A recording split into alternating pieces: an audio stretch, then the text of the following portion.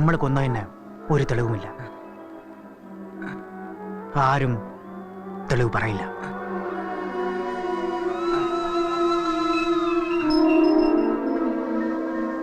ഏറിയാൽ 10 ദിവസത്തെ റിമാൻഡ്. അതിനുള്ളിൽ ഫോൺ വരും, പണം വരും, വക്കീൽ വരും, ജാമ്യം കിട്ടും. നീ അമ്മയെ കാണാൻ പോയതുകൊണ്ടാണ് എല്ലാവരും പെട്ടത്. ആരെന്ത് ചോദിച്ചാലും ഒന്നും പറയരുത്. തല പോയാലും. മനസ്സിലായോ?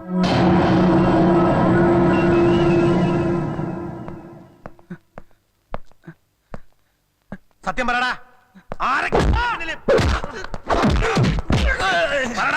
ആരെ കൊട്ടേഷനെ കള്ള കഴിവാണോ പറയാൻ? ആരാ നിങ്ങളുടെ പിന്നില്? മതമാണോ, രാഷ്ട്രീയമാണോ, പകയാണോ, അതോ പണമാണോ?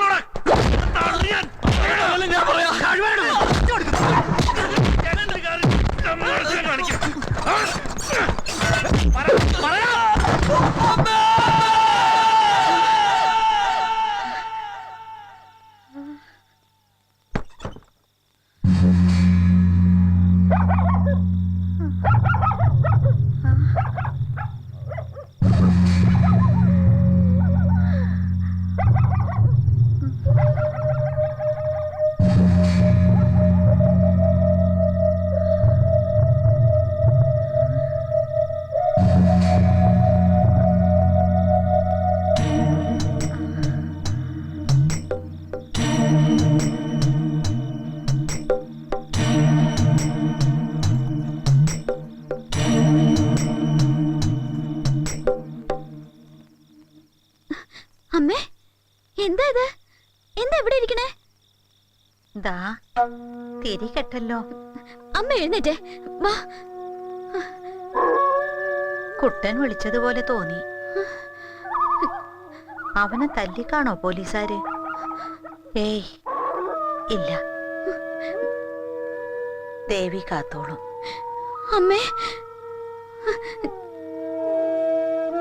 നീ ആ തിരിയൊന്ന് കത്തിക്ക്. വാ അമ്മേ, പോവാം.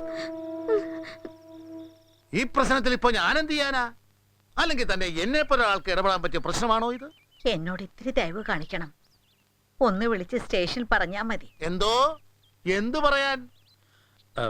സാറേ, കുമാരൻ ഇത് മനഃപൂർവ്വം ചെയ്യില്ല. അവൻ അത്രക്കാരനല്ല. ആരോ അവനെ ചതിച്ചതാ. ആരോ ചതിച്ചതല്ല, അവന്റെ കൂട്ടുകാരൻ തന്നെ ചതിച്ചതാ. ഒരു ദിവസം അവനും കൂട്ടുകാരും കൂടി ഇവിടെ വന്നിരുന്നു എന്നെ കഴിവേറ്റാൻ.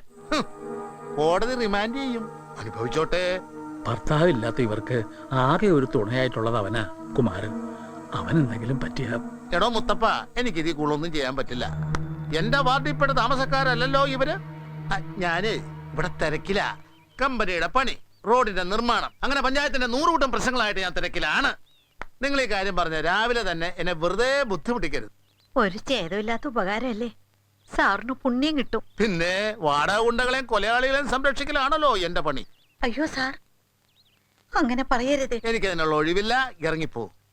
അല്ല സാറേ, വിളിച്ചു കൊണ്ടുപോടേനെ.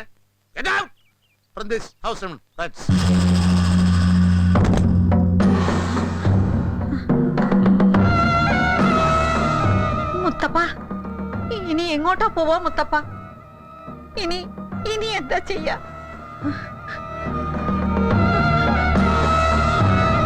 Thrissur judicial first class magistrate കോടതി ചന്ദ്രോത്ത് രാമനാഥൻ കൊലപാതക കേസിൽ അറസ്റ്റിലായ അറക്കൽ ദുർഗാദാസ്, കീരിക്കൽ ആന്റണി, ചാരുപറമ്പൻ വാസു, മേലേടൻ റഷീദ്, കളരിക്കൽ കുമാരൻ എന്നീ പ്രതികളെ 14 ദിവസത്തേക്ക് ഈ കോടതി റിമാൻഡ് ചെയ്തിരിക്കുന്നു.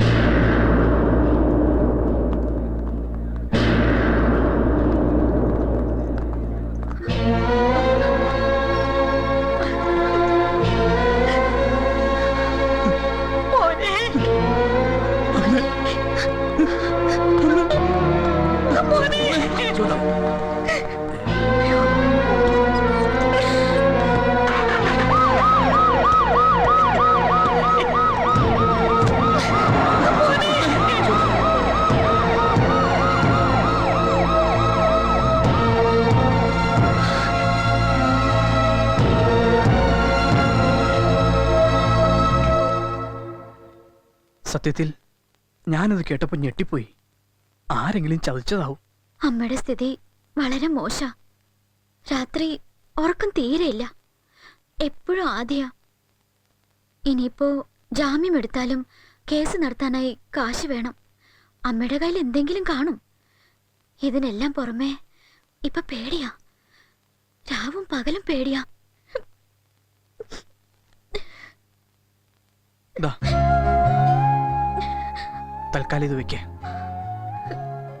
അത് സാരില്ല, എനിക്ക് കുറച്ച് നാളത്തേക്ക് സ്ഥിരം പണിയുണ്ട്.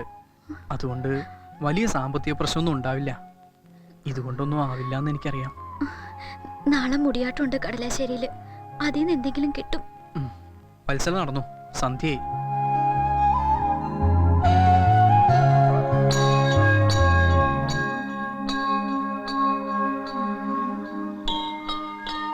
നമ്മുടെ കുട്ടനെ പോലീസ് പിടിച്ചോണ്ട് പോയത് അറിഞ്ഞോ? അവരവനെ ഒരുപാട് തല്ലി. ഞാൻ അവനെ കാണാൻ പോയിരുന്നു. കേൾക്കണുണ്ടോ ഞാൻ പറയുന്നത്? അവനെ ഒന്ന് സ്റ്റേഷനിൽ നിന്ന് ഇറക്കി കൊണ്ടുവരാൻ ആരുമില്ല. ഞാൻ ഈ നാട് മുഴുവൻ കരഞ്ഞ് യാചിച്ചു. ആരും ഒരു സഹായവും ചെയ്തില്ല. നമ്മുടെ കുട്ടിയെ അവര് കൊന്നുകളയോ? എന്നാ ഞാനും വരും അടുത്തേക്ക്. സുഭദ്രേ, അമ്മ ആരോടാ സംസാരിക്കണേ? നിന്റെ അച്ഛനോട്. പറയണ്ട എല്ലാ കാര്യവും.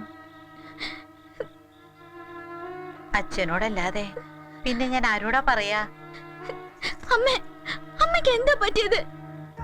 ഇന്നലെ രാത്രിയില് നിന്റെ അച്ഛൻ വന്നിരുന്നു എന്റെ അടുത്ത്. ഒരുപാട് നേരം എന്നെ നോക്കി നിന്നു. ഞാനൊന്നും മിണ്ടിയില്ല. സുഭദ്രേ, സുഭദ്രേ, ആ? എഴുന്നേക്ക്. വരൂ.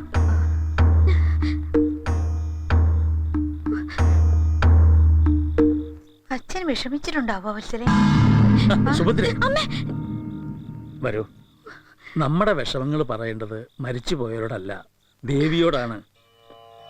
ഉവ്വ്, ദേവിയോട് പറയണം. അതിനല്ലേ പോകുന്നത് കടലാശ്ശേരിയില്. അയ്യോ, എന്നാ അത്? ആ, നാളെ. നാളെ ഞാനും ഉണ്ട്. ഈ അവസ്ഥയിൽ സുഭദ്ര വന്നില്ലെങ്കിലും ഞങ്ങൾ നോക്കിക്കോളാം. എന്തായി മുത്തപ്പൻ പറയണേ? എല്ലാ വർഷവും ആടാറുള്ളതല്ലേ ആ നടക്കല്. നാളെ എന്നെ അവിടെ കണ്ടില്ലെങ്കിൽ ദേവി എന്താ വിചാരിക്ക? എല്ലാരും വേണം. ജാനുവും കാർത്തുവും തങ്കമ്മയും എല്ലാരും കൊണ്ടുപോണം. അല്ല സുഭദ്ര, കുമാരൻ കൂടെ ഇല്ലാതെ എങ്ങനെയാ? അത് സാരമില്ല. അവന്റെ കാര്യം കൂടി പറയാനാ ഞാൻ പോണത്. എന്റെ തലവിധി മോശല്ലേ ഇപ്പോ? മോശ, തീരെ മോശ. വെറുതെ അനുഭവിക്ക എന്നെ. എന്തായാലും കടലാശ്ശേരിക്ക് നാളെ ഞാനും ഉണ്ട്.